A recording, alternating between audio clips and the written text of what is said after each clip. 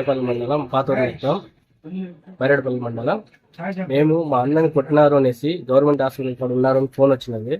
Phone వచ్చిన తక్షణ మేము వెంటనే వచ్చినాము. మా అన్న బెడ్ పైన ఉన్నారు. ఉండిన తక్షణ మేము వచ్చి చూస్తామంటే వాళ్ళు ముగ్గురు వచ్చి వెంకటరామప్ప, శ్రీనివాసులు, మురళి మళ్ళీ వచ్చి దౌర్జన్యంగా కొట్టినారు.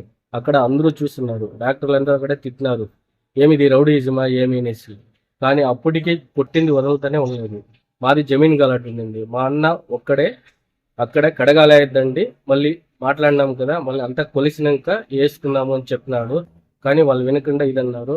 సరే మేము పెద్ద మనుషుల దగ్గర మాట్లాడతామని రిటర్న్ వస్తా ఉంటే బైక్లో ముగ్గురు వచ్చి కొట్టినారు. వెంకటరామప్ప, శ్రీనివాసులు, మురళి దౌర్జన్యంగా వచ్చి కొట్టి మా అన్నకి చాలా సీరియస్గా ఉంది.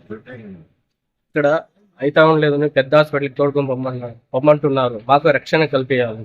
వాళ్ళు చంపేదానికి వెనక్కిపోవడం, అందుకనేసి మాకు రక్షణ కల్పించాలని మరీ కోరుతున్నాను.